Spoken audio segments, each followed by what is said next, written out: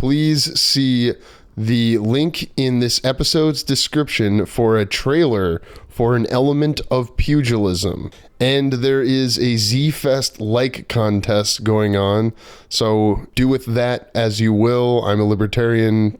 I want you to choose what you want to choose. No, I mean, don't you want people to like us? That's the whole point of it. I want people to like us for us, not because they feel like... Because we told them to? Yeah, we're informing them. Sure. And then they can make their own decision. Well, please click the link and click like. Thank you. You're listening to this episode on Spotify, Apple Podcasts, or YouTube. Hit that subscribe button and leave us a comment. It would greatly benefit the show.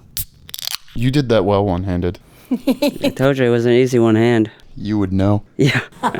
Welcome to Movie Baiters with the Farx brothers. Great start to the podcast, Kyle. What, you want me to restart it? No, I said great start to the podcast. I feel pretty good about it. I'm Kyle. I'm Kirk. And this week we're here. Oh, I should have asked before we started. You're doing Gael now, right? Yes. You were doing Gael 5 years ago. I was, yeah. And that's fine. I like that you're dynamic. And Kirk asked me, and I realized I didn't know how to say it. And this part comes out third, so people will have already heard your name twice by this point. Is it Palen or Palen? Palen. It's Palen. Palen. Okay. I mean, I have to remember that because I have to introduce her. Do you want to practice once? Gael Palen. Heck yeah. Yeah, there it is. I have full faith in you, Thank you. Kirkland Farx. Gael, you started in music. You're a classically trained singer. I've seen you post karaoke videos. What's up with that? Oh my gosh, I love karaoke. I try to go as often as I can. It's my guilty pleasure, I suppose, but I'm not really guilty about it. So maybe that's the wrong term. But I don't really find a lot of opportunities to sing as much anymore as I used to. So karaoke is the way to go for that, I suppose. Where do you typically go? Chatterbox in South Minneapolis. Oh. They do it every Wednesday, I think, and then weekends too, I want to say, but I've only been there on their Wednesday nights. I recently was at that exact Chatterbox with my family, and my daughters definitely put their germs on the mics. Uh-oh. So if you get children diseases, that's from me. Good to My know, children. because I did get the flu after going, so How you recently? know. Wow. Wait, how recently did you get the flu? This was like maybe a month ago now. Okay, we went in the past 2 weeks, so I think Oh, I'm okay, good. okay. Maybe I missed it. Wait, so classically trained as a singer, was this before you moved or after you moved? This was a long time ago. So this was back in, I was middle school. You've previously attested to it being in elementary school, but I'm not going to fact check this. It may have been. I lose track of time, but I've been singing since I could talk. So it all kind of blends together. I want to say 5th grade was when I really started to get into like the private voice lessons, however. And that's when we started going more the aria route. And my voice coach was like, you have such a full voice. Let's, dig for that full, beautiful operatic sound. And at the time I didn't want to because I wanted to, be a kid and be like the pop stars. And I was like, oh my God, I want to sing like Rihanna or whoever. Right. But no, I don't have that kind of voice. But lately I've been really enjoying that I got that experience as a kid, and more happy with how my voice sounds naturally. So just exploring that and writing my own songs so that I can also make sure that my voice is still up to par. Didn't you win a song award at Zfest last year? Yeah. I was there, I watched. It was really cool. My inner child was super joyful at that. I never really saw that happening after I really started pursuing acting more. But I came together with Mick Lynch, who you guys had on the show recently, I want to say. He recommended you, yes. Yeah, Even though, and he was love like, him. do you know Gael? And I was like, I knew her when she was Gael. We go way back. That's awesome. Yeah, oh my gosh, I love Mick so much. But I sort of threw him to the wolves a little bit with that song, just because I had talked to Anthony Hunke, who's one of my best friends, who made the film Dragonity that the song was for. And I was like, you know what, would it be okay if I wrote an end credit song for this? Like, I kind of want to dabble. And he was like, go for it. So I was like, cool, but I am not instrumentally talented. So I can only play the ukulele. And so I sent Mick after I reached out to him about collaborating with him on this, I was like, hey, I have a song. I've never done this before, but would you want to try and make a score for the lyrics? And he was like, all right, show me what you got. So I sent him the melody that I'd come up with the ukulele chords that I had come up with for the song too. And in like a matter of days, this guy whips up this beautiful like orchestral score to go along with the song. And I was like, what? But yeah, he blew me away with that one. So I have him to thank for the success of that, I think. Nice. It was awesome. It was super fun too. We're a pro Michelob Lynch Ultra podcast. I told him that was his nickname you give him. What was it? Michelob Lynch Ultra. I love that. Because he's too young to drink, and I can't help but think of beer when I hear Mick for whatever reason. Oh. That was an Irish joke. Kirk keep track. It's an Irish joke? Well, I thought you don't like the Irish. Why would you make an Irish joke? Mick is a slur for the Irish. Oh wow, I didn't know that. Dang. Has someone named him that? I can say that. My adopted father is Irish. I should ask his dad if he's Irish. Yeah. Because that's the only way that makes sense. If it's a slur for Irish, why would you name your kid that though? I think there's other, like Mick Jagger. I also call him Nicholas. Nicholas? Yeah. Oh, I love that. See, isn't that great? Have you guys worked on something since? We do a lot together. He's my go-to composer for my projects. So Blackbird's Dawn, which I did a year ago now. And this next film coming up that I have called Ourselves, he scored both of those. Oh shoot, I gotta pay him tomorrow too. It's payday. Anyway. But yeah, and so we have kind of formed a partnership in that sense where he just knows exactly the kind of sound that I need for whatever project I'm doing. And it's been great. But yeah, my partner, Alex, also talks to Mick a lot and had him score a film of his that he did too. So it's kind of both of us tend to go to Mick for any composition that we might need. Yeah. I went to Mick. Kirk, you were possibly involved in this when we were getting Paprika ready. I know you weren't there on the production day. No, Kirk had a better paying gig that day. I had a what? I thought you had a better paying gig on the day we shot Paprika. Well, you told me to take it, so it's your own fault. Yeah, I would always tell someone to take a better paying gig. I'm a capitalist, which will have played into the conversation the audience has already heard, but we're going to have after this. You really like telling the audience, like breaking the fourth wall, right? I do. Yeah. Well, it's mostly for the guest. What can you tell me about this movie that is getting prepared for this year? A question I like to ask is, what have you learned on the latest project, Gael? Wow. Ooh, plan better. Time management. Why do you say such a thing? Gosh, I really thought I had it in the bag this time. I went all out. I made like this whole schedule sheet. I had the days planned for filming. I had everything ready to go. I made myself mood boards. I made myself storyboards. I made myself blah blah blah blah. And I even had an AD who helped keep everyone on task. But who is that? Alondra Lamia. She's wonderful. She's fantastic. She's also a production designer and very good at it. She helped me out with production design on set too. But yeah, and so the shooting went great, but it was the post-production stuff that I did not plan well for, just because it took a lot of time with editing and post-production, and then we had a couple of setbacks that I didn't account for, and we ended up just getting it in like very, very last minute, like night of, I think. Wow. Yeah, like maybe a couple hours to deadline. So it was very stressful, and I should have been better with time management and just thought to have the foresight that, hey, maybe things won't go like I think they will, and I should plan just in case. Did Adam Colt text you on the day of or the day before to make sure everything was going to get in on time? He Can confirm. Yes. He sure did. It's probably because of last year, because I did the same goddamn thing. I think every year Adam has texted me, and every year I go, wouldn't it be funny if I didn't know that tomorrow was turn-in? I think I've used the same joke, and one of the years we were turning in like 3 at the same time. Oh my gosh. Yeah. And we did this time, and I don't know when this is coming out, but this will be funny if the person who got us the link hears this.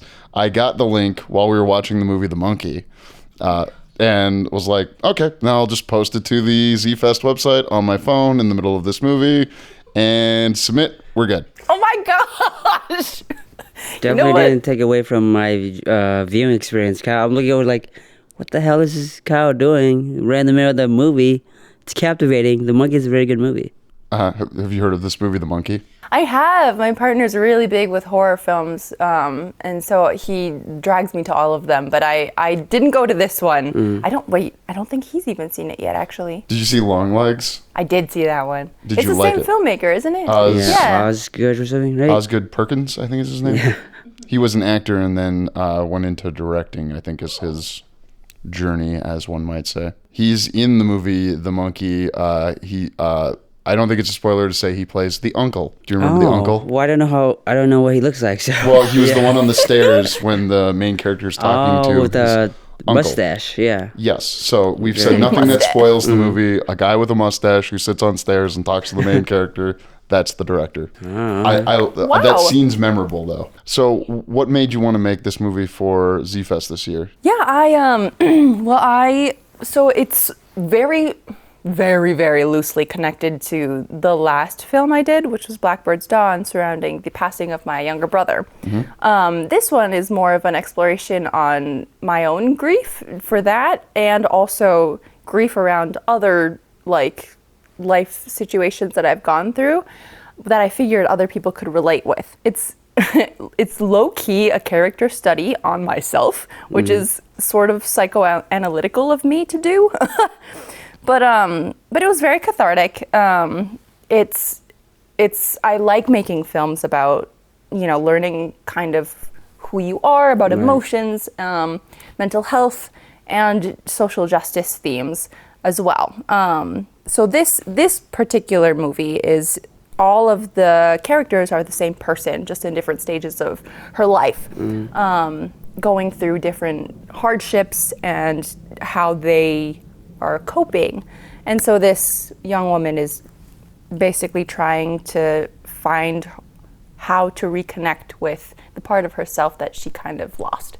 And I feel like a lot of people can relate to that. We've kind of forgotten about our inner children, like our past selves. We don't really think a lot about how our childhood has affected us as adults, which I think I wanted to also bring awareness to in this film. So yeah, it was really, it was a really nice journey, and I actually did end up showing the film to both of my parents, and they both cried just because I think they watched me go through all of the things in that film. They know what it was, and they know what it took for me to make a film like this. So I think it sat well with them, and they're like, wow, she can kind of see she's healing in a way. And so I think it was like a good cry that we had together, though, about it. It was like, yeah, I went through shit, but here I am, and I'm gonna keep going, kind of a thing. Still standing kind of thing. Yeah. Nice, yeah. Well, did you find difficult to, I don't know, put all that into 7 minutes for Zfest? I mean, imagine grief is hard to compress that down. It was a challenge. Tough. But the idea was very much, it's a lot more abstract than I thought it would be at first, because the idea itself was completely different.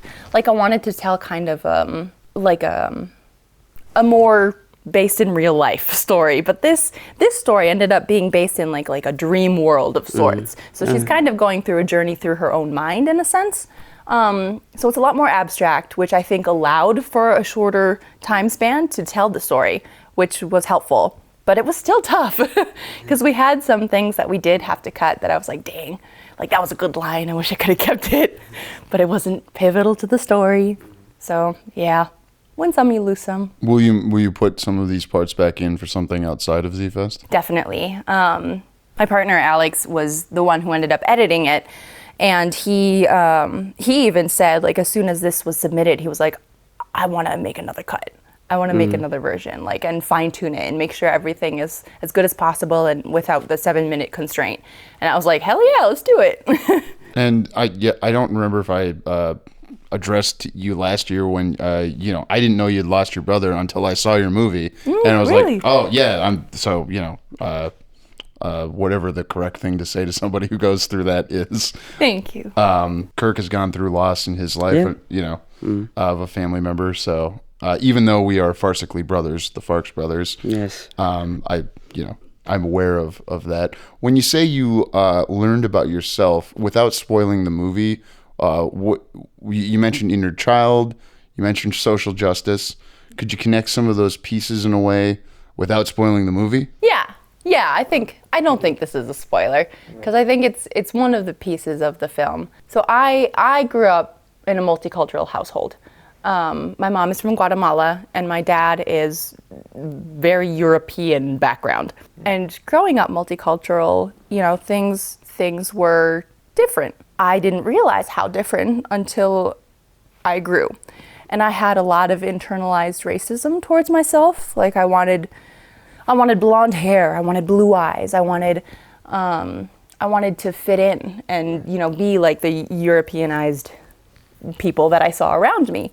I didn't want to stick out. And it took a long time to really be able to accept myself, because I come from so many different places. I come from my mom's background, I come from my dad's background, and then, it's all of us. We have all these ancestors from the past too, so we come from everywhere, and I had to think about it in a bit of a bigger picture, and then also think about my mom's story and what she went through in her country, and then how she came to be here, and just looking at it from that perspective, I was like, you know what, it's beautiful to come from a multicultural background, as difficult as it is to accept yourself somewhere where there's not as many people like you, because it feels like you don't fit in on either side, kind of a thing. Like I wasn't enough for the white side of my family, I wasn't quite enough for the Latino side of my family,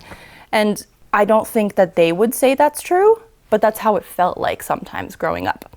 And I think that affected me a lot more than I thought it had when I was young, because you look over that kind of stuff when you're a kid, right? So you feel it hits you, but then you're like, oh my God, I'm gonna go play, I'm gonna do my thing, and then you move on. But during my teenage years was when I was really trying to completely whitewash myself, and just like I never went out in the sun, because if I go out in the sun, I turn really brown really fast. And I've had people who have seen me in the summer and then seen me in the winter and been like, what the fuck? Because it's just how it works. I go outside and boom. And I hated that. I hated that a lot. And so I stayed indoors. I tried bleaching my hair. It was really bad. And I wore blue contacts for a brief period too, just couple days, and then I was like, I hate this so much. They hurt my eyes. I'm taking them out. But it was to the point where I was just really I hated my nose too. My nose is a little bit bigger. It's a little bit more curved up here. I hated the shape of it. It's a very indigenous nose. It comes from the Mayan side of my mom, my mom's family, and a little bit of the Spaniard side too. So it's just a lot of different cultural aspects and things that I saw in myself that I hated. And so I incorporated that very loosely into the film, which I think will really speak to a lot of people who have grown up in mixed race households in general, just because I don't think I'm alone with this feeling, Indeed. Well, I think it's a really good message, definitely, to get out there. Share your experience. I think that's great. One of the things I learned from my sister, who is biracial, we're both adopted, I don't know if I've told you this before, is that I don't know how she feels about growing up around mostly white people outside of the state of Minnesota. We were in Upper Michigan, but she has specifically brought up and I think I'm using the right word, colorism of the black folks who are like, well, you're lighter skinned, you're not, and we just made a movie at a boxing gym, and one of the folks in it was black, and he brought up first day of filming, I think you can attest to this. Hey, you got to light me really well because I'm dark. And I was like, Oh my gosh. and like he looks great in the color correction. Color correction for film. Yeah, no. Just to, yeah. Just I could see somebody Don't get listening to this canceled. who doesn't understand that that's part of the process of True. film and the color grade. Excuse me. Pivotal editing point. I grew up in a multicultural home. Kirk, you grew up, I guess, displaced from where you started? Yeah, I mean, being a son of an immigrant, you kind of also live in two worlds. You know, you want to be American, but you have to live within your parents. You know, you want to do the best for them. You don't want to be like. There's a lot of pressure for being Asian American or any kind of immigrant. Having immigrant parents, you try to do your best because you know your parents came here and you know they worked their ass off to get here, and now you have to get off your ass and make sure you make them proud. Yeah, there's a lot of pressure for it, for sure. Did you grow up in the Minnesota? I did grow up in the Minnesota. I like it a lot. Sometimes the cold gets to me, but I think everyone would say that. But born and raised here, it's home, you know? What part? Actually, like literally a few miles from here, which is nice. kind of weird. My dad still owns the childhood home I grew up in, Oh, nice. but we're over on 42nd and Hiawatha, so like really close to South Minneapolis here. Oh yeah, that is for sure. I have come to appreciate South Minneapolis, having initially moved to St. Paul when I came here. Oh really? What part? I lived downtown. Oh man. And I pronounced it Wabasha, and a native Minnesotan went in front of the apartment person or whatever, like, Wabasha, what's wrong with you? It's Wabasha. Yeah. I was like, oh, I'm sorry, I'm the wrong kind of Midwestern, I guess. Microacting. You referred to the process of microacting. What is that? This I'm is a so wild glad you transition. asked. Oh, good. Yes, no, I love it. So growing up, I went to performing arts high school, and I learned, you know, how to act for musical theater and theater. And that was completely different than how to act for film, which I found out later in life, and I was like, oh shit. But for theater, it's different because you have to be big. Like you're in front of a live audience, Right. so you have to project. You have to, you know, make your actions larger than what you would do in life, so people in the back can see you move. You have to be a little extra up there, and that's just the nature of the performance. For film, if you do that, you're going to look very silly. It's going to look a little unbelievable. So for film, it's a much more, when you're acting, you have to be a lot more limited with your expressions. Not, I wouldn't say constrained though. Like you still want to perform, but it's on a much smaller, much more intimate scale because there's a camera right there, like in your face, obviously depending on how close the shot is. But it can pick up on every single little expression you make. So if you make like a facial expression or a reaction to something that's too big, it's gonna look a little goofy. It's gonna look not quite right. So to me, I think it's just super important to keep that in mind while acting.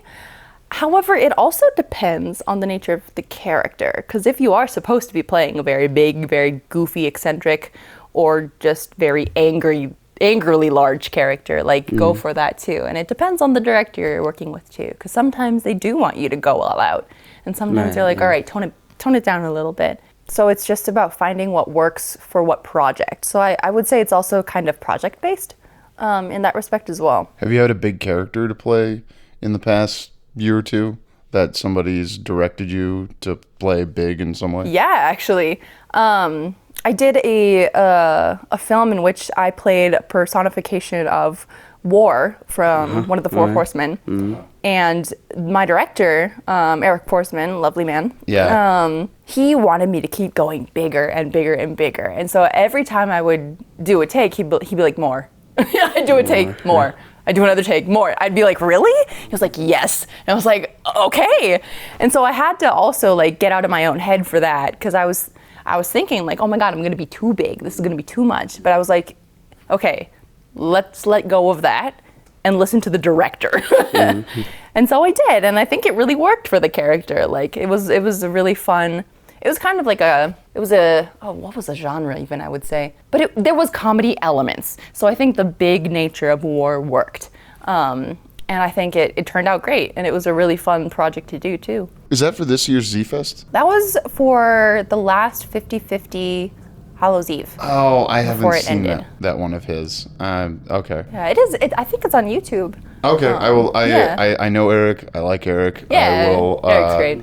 He worked on Dogfather with previous he? guests Tristan and Alex. Alex Rumsey and Tristan Crawford directed a movie, and he was, I think, might have been the AD. I'm not sure. Oh, cool. Apologies, Eric, if I got your Oops. title around. I happen to know he worked on it because Tristan was mentioning it to me. What is a character you haven't played yet that you want to play?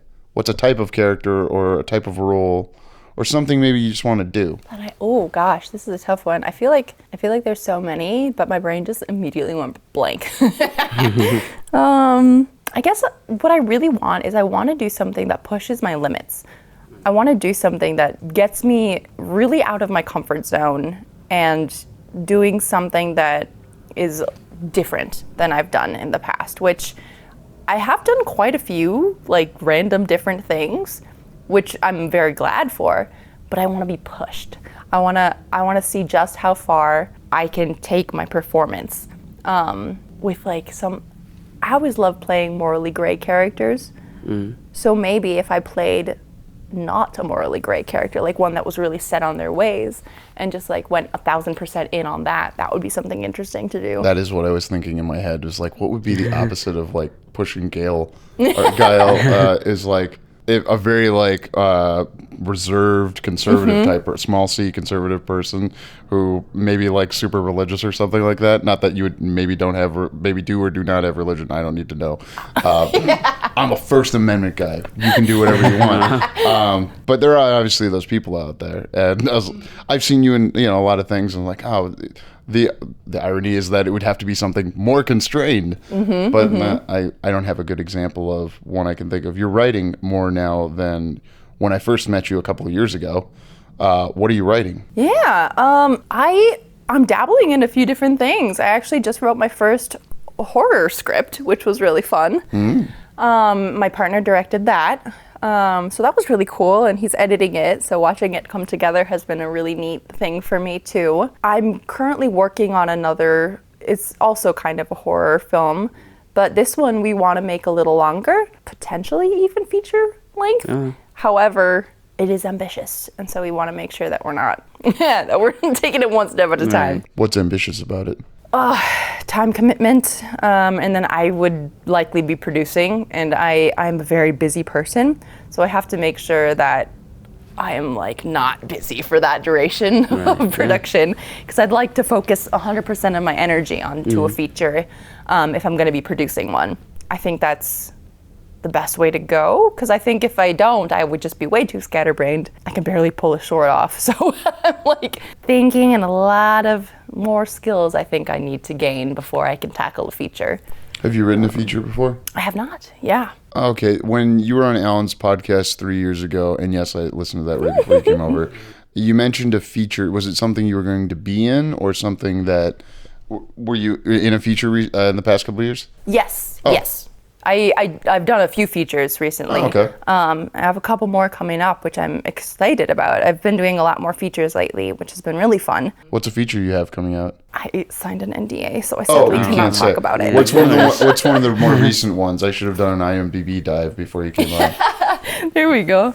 A more recent feature. Let's see. Okay, hold on. I think I can talk about this one. I did a feature last summer by director Stephen Warkle. He's also amazing. Moved recently, which is quite rude of him, but I think he'll be back. I played like a very supportive, like best friend type in that film, which was super cool. And there was some really beautiful moments in that film as well. We did a lot of outdoor shooting because it was in the summer, and so we found really nice locations. Most of my scenes were with the lead actor who I was best friends with.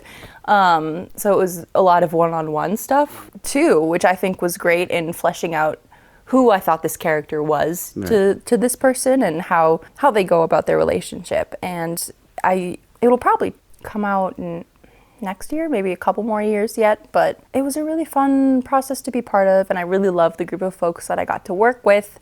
I'd worked with them previously on shorts, so this was my first time doing a feature with this particular group, which was really fun. Yeah. Kirk's favorite question to ask what is the log line for it? I mean, can you say if it's not out yet? I don't even know if they have one yet, to be honest. Or if they do, I don't know it. So I apologize. No. What did they tell you? What did they tell you the movie was going to be out when they asked you to be in it? What's that? What did they tell you the movie would be about when they asked you to be in it? I think they just told me it's not a coming of age, it's like a midlife crisis kind of movie, sort of. Small town guy moved somewhere else, tried to make it big, had to come home kind of a movie. Kind of a quarter life crisis, I guess you could call it. Yeah. It's Sure. like in his 30s. Oh yeah, I mean, hopefully Third we all, life crisis, if you're third, lucky. yeah, because he'll live to 90, right? Yeah, exactly. Right. Life expectancy's growing. Actually, the past 3 years since COVID, Oh, shit. starting in like 2021, it decreased. What's with this fact checking? Well, I just remember Andrew Yang bringing that up multiple times in the early part of the 2020s. Sorry, I'm a Rip. barrel of laughs. You still analyzing poetry, and if so, how does that work? Yeah, elaborate? Analyzing poetry. Was this something I said on the other podcast? I was like, poetry. Ugh, I don't understand poetry, and I get upset with Really? myself when I don't understand things. Oh no! That's my just to explain it for you and the audience. That makes sense. Yeah, so I've always loved poetry. Ever since I was little, really, and I've always written it too. Like when I was younger, I would channel a lot of my feelings and emotions into poetry. So like, I didn't really have the capacity to be able to express what I was feeling a lot of the times, and so I would be able to do that metaphorically rather than literally, a lot easier somehow. I don't know, it's just how my brain works. And so I was a very angsty teen and child, so like that was channeled through that poetry. And you know, not that all of it was doom and gloom, but I actually also found beautiful things to write about. Like I've always loved nature, I've always loved animals, so some of those elements came through my poetry as well. But it kind of was my introduction to writing in general. I would say it was poetry, just because I loved English class too, and like looking at those like old poems and analyzing Shakespeare and stuff. Even though I didn't quite get it at the time, I was like, I don't know what's happening, but it's cool. I'm gonna look into it until I know what's happening. And sometimes, you know, I would get frustrated too without knowing what it was, but then I would keep at it because it was just so fascinating to me, just how language could be construed to make something that sounded, you know, it is a form of communication, but it almost transcends that a little bit because you have to think about it. You know, you can't just look at it and know what it is. You're like, oh, I gotta think about what the meaning behind these words are. So it's just fun. It's just interesting to me. It's a hobby, I suppose. But I just write them whenever I get inspired. To prep you for the bait we're gonna have, I would say you don't have to just think about it.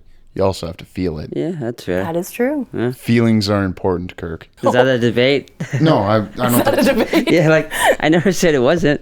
Do you want to ask the question to wrap up the interview? Yeah, sure. So we always ask our guests who we should have on the podcast next. Oh my gosh. I know so many amazing folks, but I gotta say my partner. You should have Alex Arredondo on. All right. Amazing filmmaker, does all of it, and special effects makeup artist too. That's how I first came to know him. He was working with Ben Gersh. I've paid Ben and I don't remember his last name. Do you remember Ben's last name? Yeah, I think it's Gersh. Yeah. He's the Thank God. Sorry, Ben, come on the bloody show. FX guy, right? Yeah. Yeah. Gael, thank you for being here, and thank you for having a debate with us. And our next bait will be with Chelsea Grant about the European and American versions of Speak No Evil. Thank you for listening. For more on JK Productions, find us on Instagram at JK Productions Team and on Facebook, JK Productions MN.